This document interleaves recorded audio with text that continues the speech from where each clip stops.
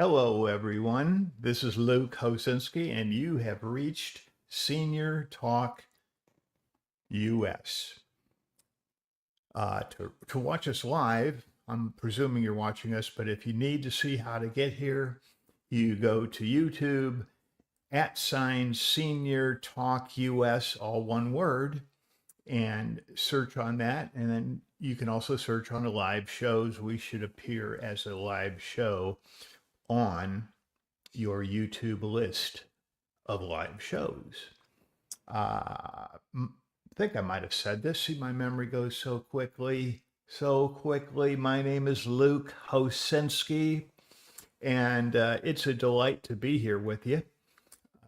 Today's show is going to be more senior technology, and specifically, I'd like to talk about fraudulent emails. I'm sure you've all seen them. Maybe you're scared to death of them. Uh, it's kind of like if you get invaded by a colony of ants. Well, you know what to do. You reach for that ant spray and you try and wipe all of them out. And then you clean them up and you throw them away.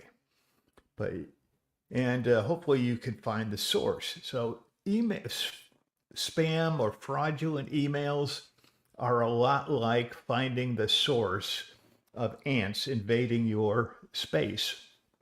So, what's a scam email? Let's start with these emails. A scam or phishing email uh, looks real.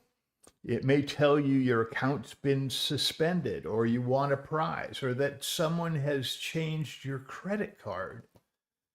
And the the idea behind these phishing emails is they're trying to pull in, gosh, they don't want to pull in minnows. They want to pull in sea bass is what they want. They want to get a big one on the line.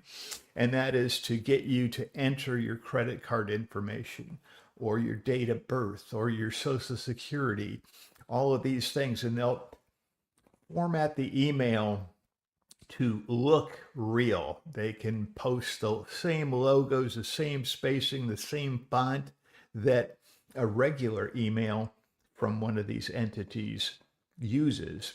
And you got to think, you got to think to yourself, got to verify the authenticity. And this is what I hope to accomplish. Um, then you just think about the logic game. You see a known company and they're claiming to be that, and you should just ask yourself, why does this company that I go to, Google, PayPal, uh, Social Security Administration, why are they asking this of me? They should say, go to your account and find it. Now, that means there are links in the email. Those companies aren't going to do that because they know all about phishing. So they're never going to send you an email with a link. Never, ever, ever.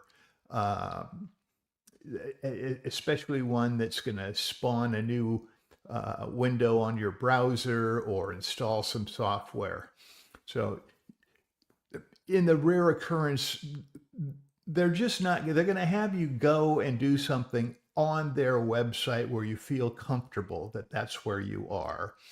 And so some of the most recent and common ones are Amazon or PayPal about suspicious purchases, or the post office or FedEx saying there's a package waiting. Medicare, Social Security, verify your identity.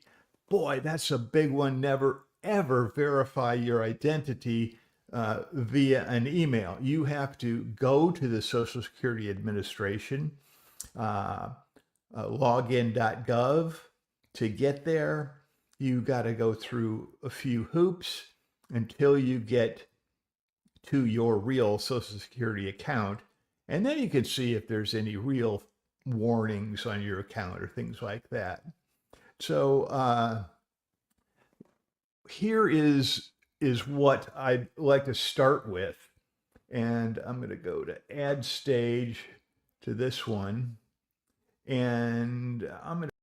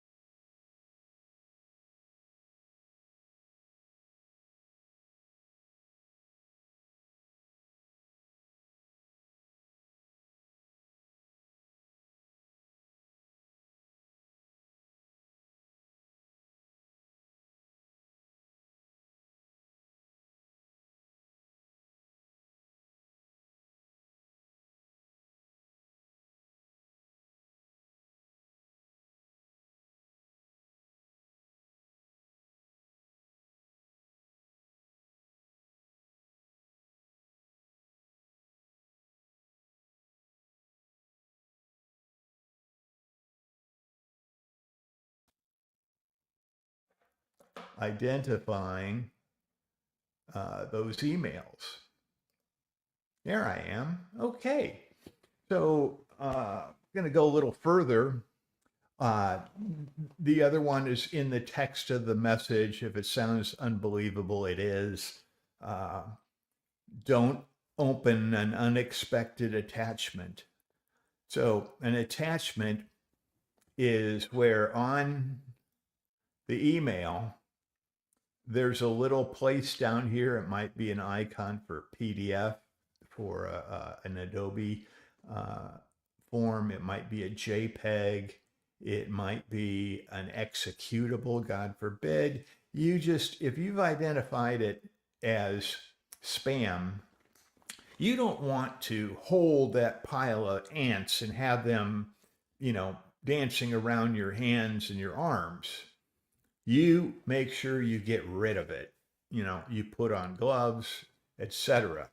So once you've identified that email, you want to delete it. Or when you delete it, may give add to junk file. I do that for sure. So watch out for suspicious links. Here's a good one. From our third world countries, they're not so good with the English language. They're bad speaking it, and they're often very poor spellers. So if there's a spelling mistake, there's a huge red flag. Hey, don't touch that. Urgent or threatening language. Your account is about to be closed. Something just sounds awful. Well, you don't. It's not there. Don't. You have to, like I said, identify who's telling me that I am about to lose my privileges on an account that I want. And how do they get your emails? Oh my gosh. It's they buy databases of emails, believe it or not, or often the account lists are stolen by hackers. And once the hacker gets it, he wants to distribute it. Some are malicious, some are out for money. Anyway, they hack and they maybe sell this database or give it to them. Would be the potential fisher. So that's how your email gets on the internet or as data for somebody that's bad. There are a number of services. I'm not going to make a recommendation. Go through my tried and true methods of looking at the ratings for that service to remove you from a list. It's actually a government, just like you have a no call list and most real telemarketers obey these things. If you ask to be removed, you'll be removed. And there's services that'll do that removal for every organization that they know of. And they'll get you off the both no call and no emails to them. Those services are pretty good. And they can search for your digital footprint in the bad parts of the dark web. See, explain this. What's the dark web? Well, it's actually all out on the global internet, but there's a type of describer of places, and if you have the right kind of browser, which is easily available, you can even get it from your app store. It's called I don't want to say, I'm not going to tell you what it is. But anyway, there's a browser that only looks on the dark web, and you can go through all those things. And that's where the bad guys lurk. So as long as you're using a name brand browser, Google Chrome, Apple Safari, DuckDuck, there's another one called Opera, which I haven't really used a lot.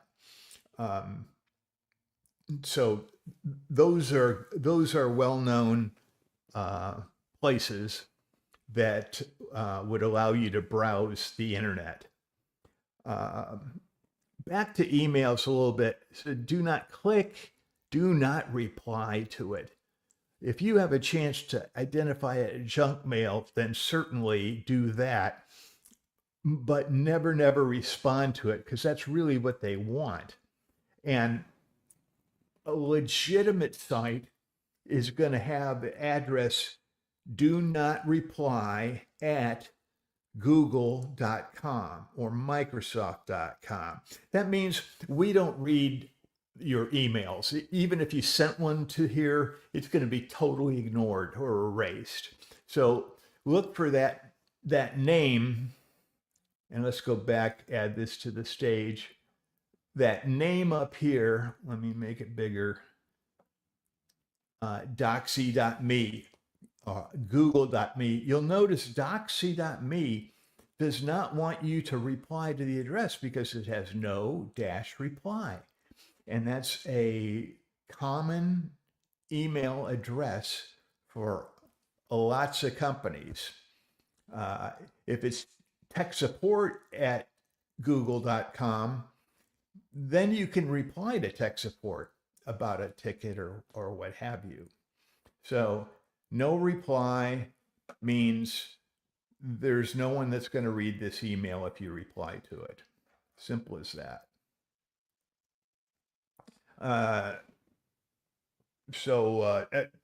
Just, don't panic. Use your common sense. And I kind of get a kick out of identifying these emails. I want to see exactly what they are and things of that nature, and what kind of crazy thing that they're asking me to do. So you don't reply and you don't click links. Here's some simple habits. This is from chat, by the way. Use strong passwords or a password manager. I'm going to give a plug for an app called 1Password. I've used this app for over 20 years, and it always works. It doesn't give me any problems, and it's pretty cool because I should have a whole segment on how that works. But anyway, it stores your passwords, your user ID, your passwords, other things about a site, like say Google login, and you're able to easily create a name for that entry. I put in Google login, it'll have like login.google.com. Don't take that as the right place. And then a password. And you can type in some easy to remember password, which other people will try and have a program that goes in and tries multiple passwords. Or you can select on your screen, make a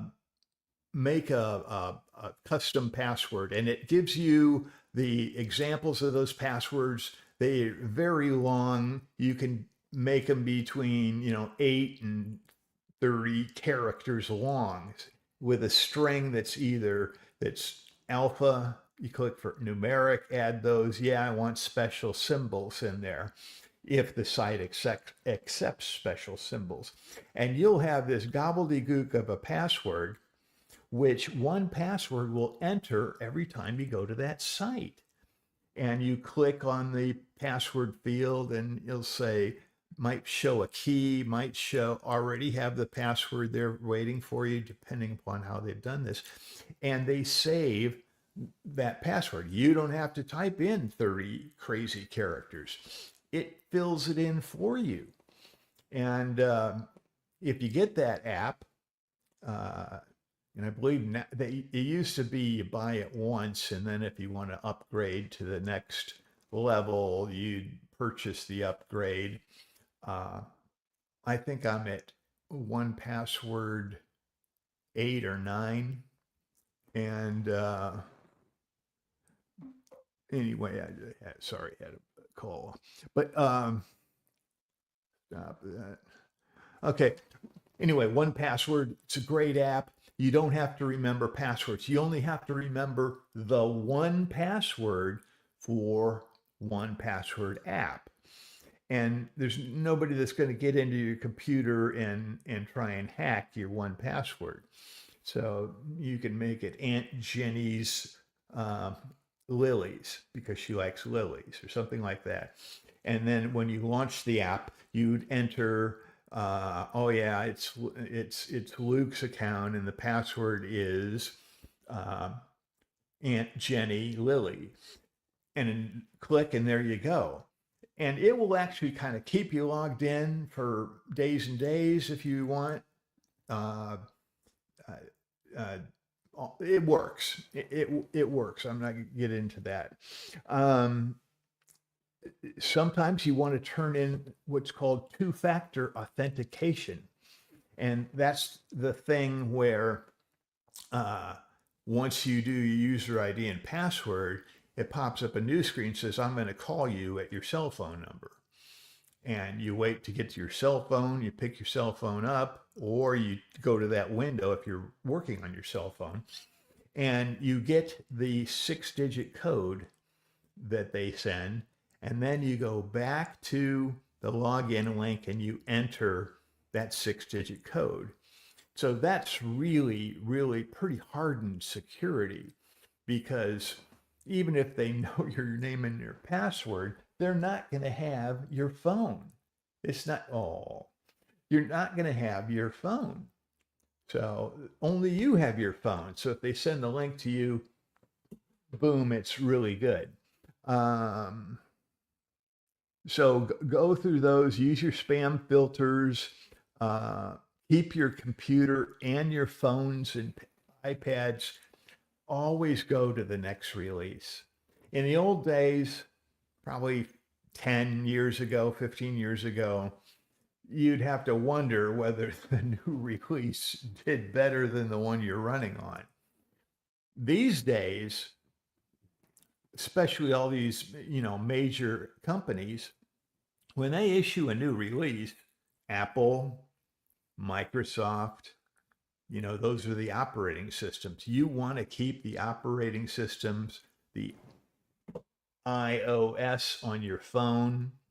You want to make sure you're current on the software release. And that's under the gear, the settings icon. And down there, it'll actually probably pop up. There's a new software for it. That's a bad thing to say. Especially if you're talking to a lot of people and you stop. Anyway, the thing is, identify emails that you're suspicious, and what red flags are out there will raise your suspicion and choose you to do that. So uh, it's it's pause, think about your situation there, verify what the email is, and then delete it, because you don't want to delete something that's got the tracking number for an order or something that's really up. So that's that particular scenario or chapter on email and spam/phishing. Uh, the other things that I wanted to talk to you about, there's one major, uh, well, we talked about browsers.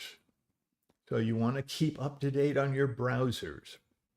Uh, Microsoft Windows, you want to make sure that the browser in Windows is Explorer, I think. Help me, Windows people. Yes, log in to Senior Talk US and join the discussion, because I appreciate your input. So anyway, browsers on Windows could be Explorer, could be Chrome from Google. I don't think the Microsoft Safari browser supports Windows. So those are the ones that you want to use. There's Opera, that's another one.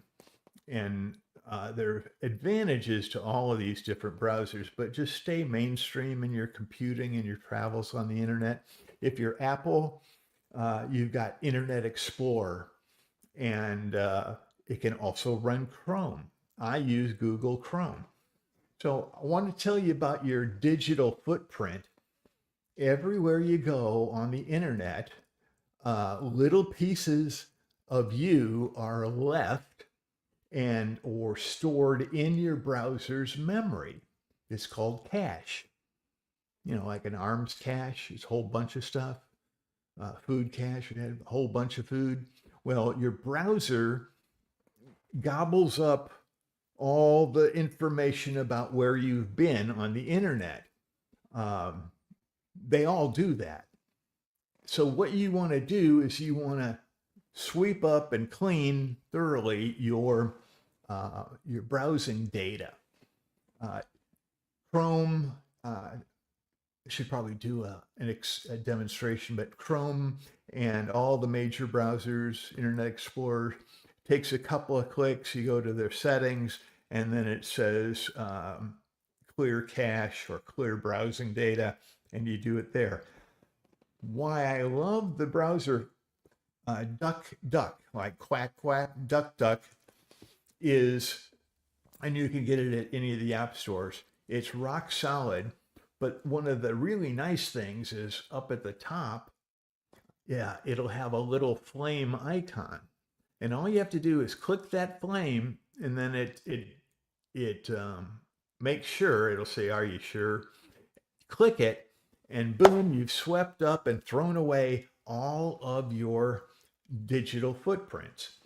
If you really want to make sure that you're clean, you'll go to your trash can and your junk files and maybe even whatever, and you'll delete all of those, or you'll empty the trash. And that way it's pretty darn off your computer.